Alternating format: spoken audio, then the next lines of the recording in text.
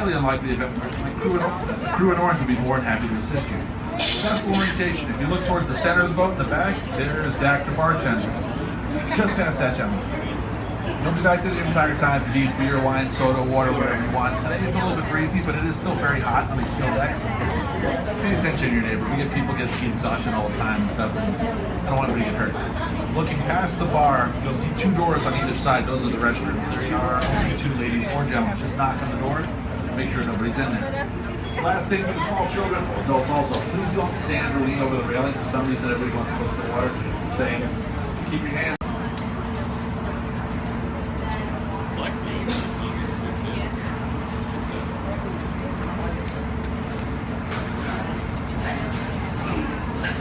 Look what you're doing.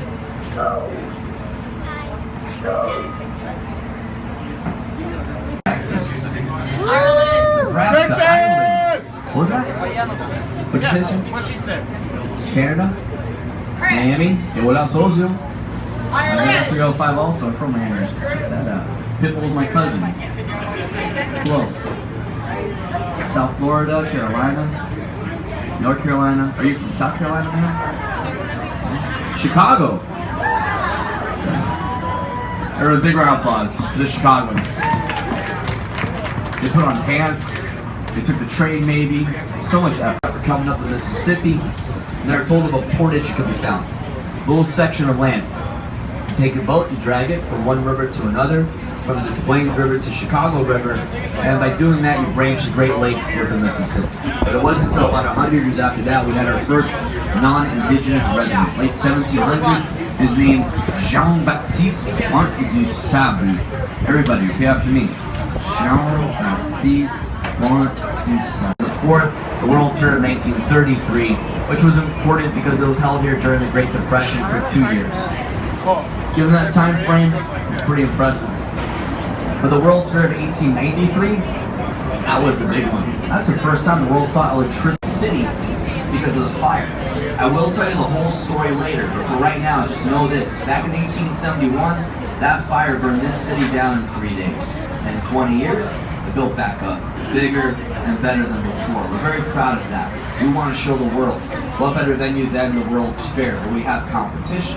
That's where that nickname comes from. It is true that it's windy here, mainly because of Lake Michigan, large body of water, tends to create a lot of wind, like living next to an ocean. Also because of Canada, a country that keeps on giving. There's a jet stream that shoots down from Canada and passes by the Midwest, which does create for us a lot of storms. But really, that Windy City nickname, when you think about it, is because of our politics, which also makes sense. Seeing as like 4 out of the last 9 governors of this state have been incarcerated, traditions, I guess is what we call those. But we deserve that nickname. We didn't brag a lot, but it was a successful phase. Kind of grimy. The idea was making the whole city as beautiful as that fairgrounds. And that's where we have to start the City Beautiful movement. And out of that, in 1909, the plan of Chicago was introduced.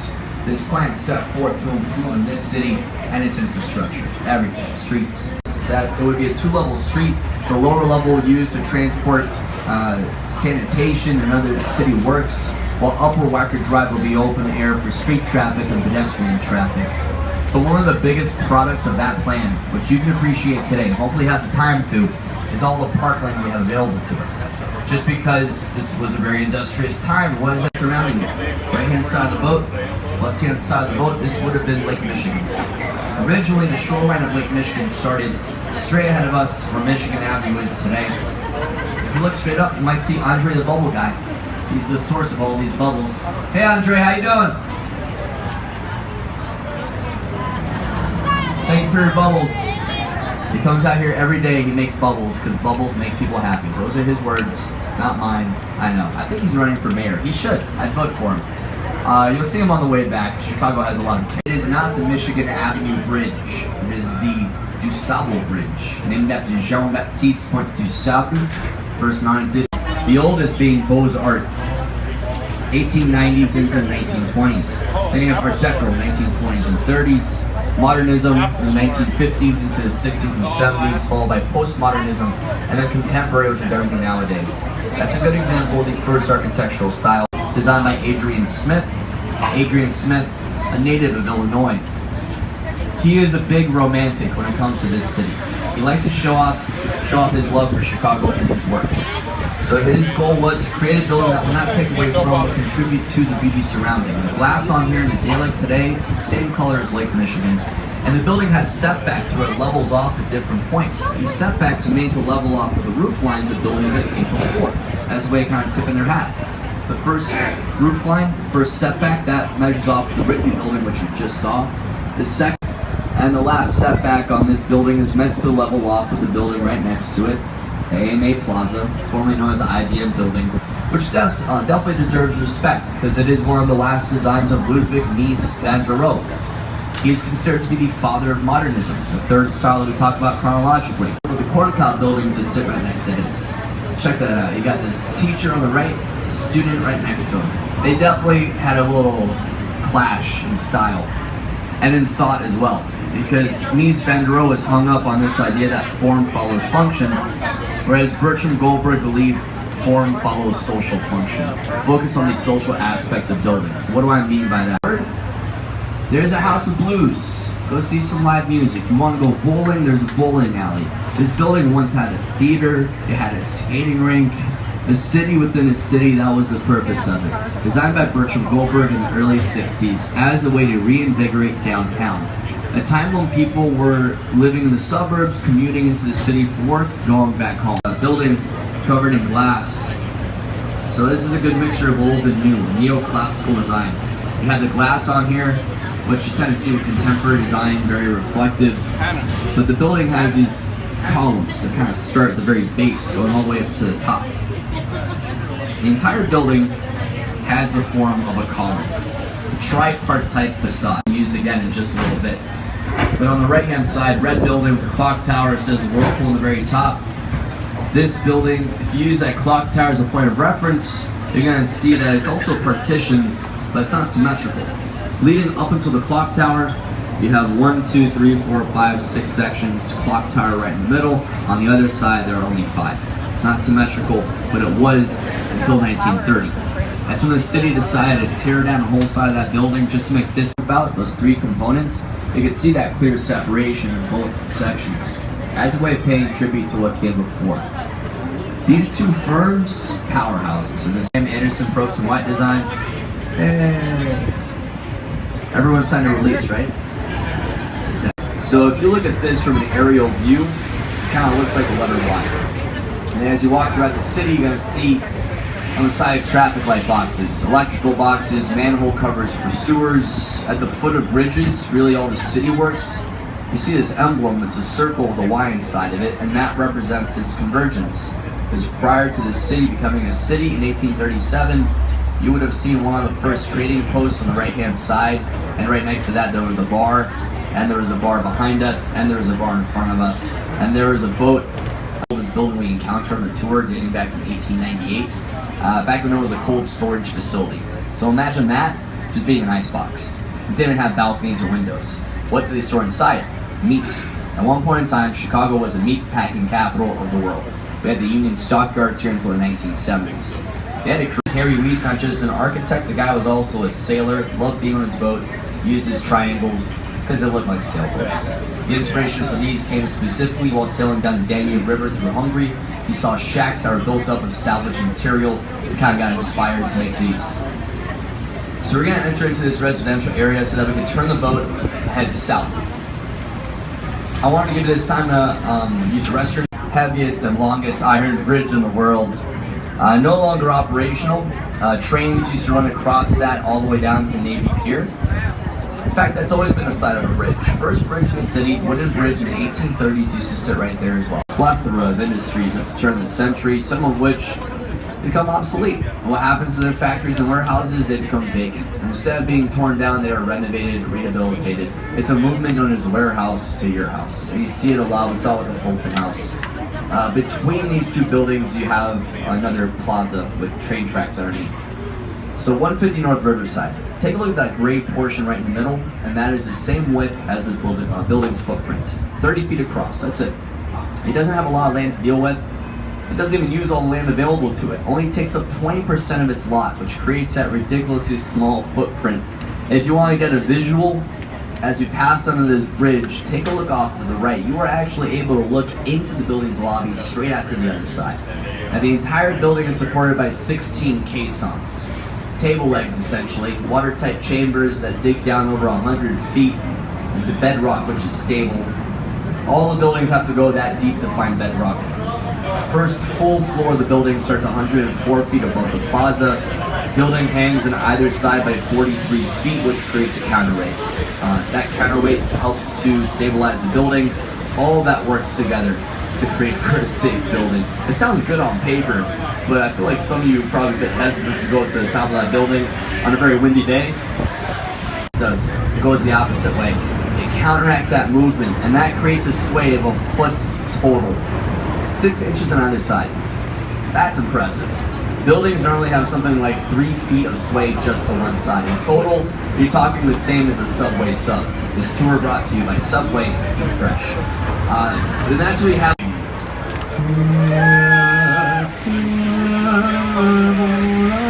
That we're going to talk about. So that's the second style we're talking about chronologically. It came about in the 1920s. It's a circle or a sphere. So that's what you see used in his work. And that idea of a city within a city is also being used right here a little differently. The marina is for your boat. You got a boat, you dock it here year-round. Hydraulic pumps circulate the water. Moving water means ice isn't formed, which means you don't have to dry dock it. Leave it right there, put a wrap on it. If you have children, you have somewhere to dock your children as well, technically. If you take a look off to the left where those 3 flags are, 3 US flags, there's a kindergarten right there. Drop your kids off, and if you want, just go back up to bed, because your condos are right upstairs. And that's how parenting should be. Mrs. O'Leary's barn once stood. As you can see, it's not very far away. I figured now would be the best time to tell you the story of the Great Chicago Fire. You can imagine it just happening for yourselves. If you have a poor imagination, I can help you, because I have a theater degree. Shocker. What does that mean? I have a lot of student debt for a degree that is absolutely useless. But I know accents, so who's a disappointment now, Dad? I guess it's still me. Okay, here we go. In the wee hours of the morning, October 8th, 1871, Mrs. O'Leary went to milk her cow. Irish accent. We have some people from Ireland on here, right? Terrible. Terrible. Thanks. Worse than Tom Cruise. Before I even asked for your opinion, you yelled it at me. Terrible. That's also my best Jamaican accent. You can tell I don't get a lot of work in this city. October 8th, 1871, Mrs. O'Leary goes outside to milk her cow. It's like 3 in the morning, it's dark, so she takes a lantern, just gotta see what she's doing. Her cow is startled, knocks over her lantern. Her lantern sets her hay on fire. Her hay sets her barn on fire. Her barn sets the entire city of Chicago on fire. Very hard task, made easy because the entire city was made of wood. The buildings were all made of wooden frames. This used to be marshland, very soft, so a wood frame building is light. It's not going to sink into the earth, but it's also really flammable. The sidewalks were essentially boardwalks, wooden planks. Even the streets were paved using blocks of wood like cobblestones that were dipped in something similar to paraffin or wax. Weatherproof it, making it more flammable. The city is just a matchbox, waiting to ignite, just needs that little spark, and that's what happens off in the west. Fire starts, continues north, east, and it hits this river. Now normally that's it, end of story. Water stops fire. This was more than water. Really industrious time. We had tanneries, we had slaughterhouses, a lot of waste that went into this river, polluted it to the point that it became flammable, and it caught fire not once but twice. Fire jumps over to this riverbank that was full of factories like coal factories, lumber yards, a lot of flammable stuff. Overall, that fed the fire for 3 days, burning down about 75% of this city, 3.5 square miles, 18,000 buildings destroyed, a third of the overall population left homeless. How many people are living here? 300,000 people. How many casualties? Just about 300. That's pretty low considering how large that fire was. But her house was saved. It was just south of the bar, and the whole rest of the city burned down. There was a lot of hate towards the Irish population at that time. I don't know why you guys are so comforting with your comments. You really just, you don't go right into it. You put Just in front of us, black building, white antenna. That's the tallest modern day. We've come a long way. The Willis Tower, which I'll tell you about in just a moment. But before we do, there's a small black building just in front of us, on the other side of this bridge. Some of you are looking at this on the way down. The side of the building has what looks to be a mural or a graphic. It's actually a GPS map. So if you remember, the river meets at one point, Wolf Point. Take a look off to the right, look straight up, you'll be able to see that convergence along the very top of this building. There's a red rose group out the naming rights for 15 years. Once that 15 years is over, it's going to change the names again. So don't get too hung up on that. It doesn't change the fact that it's the tallest building, stands at 1,451 feet in height, 110 stories. I like to look at it from this angle, because if you look up, you'll be able to see on the 103rd story, the sky deck and the sky deck ledge. 4 glass boxes that you can walk out into and look straight down. 130 stories to the street level. You'll be alright, man. It's a really good way to conquer your fear. I did that when I moved here. Working with my second fear. Loving again. That one, way harder. Okay. Well, those boxes just saved 5 tons worth of weight. Imagine you go inside one of these boxes. You're ready to conquer your fear of heights. You look down at your feet and the glass starts to shatter. That happened 4 years ago. Some people went inside the sky deck ledge. You look down at their feet. They thought it was a glass. It turns out it was just the protective coating, which is supposed to do that under certain temperatures. So hopefully you've been up there. This guy's definitely not going up there after that. Land in the air. It is one of the first to do that. And it is the first building in the city to have a public space along the river. It may not seem like a big deal now. This river is recreational. But at one point we were ashamed of it. It was dirtier. Buildings didn't have windows and turned their backs on it. This is the first to embrace it. And that was because of the train tracks.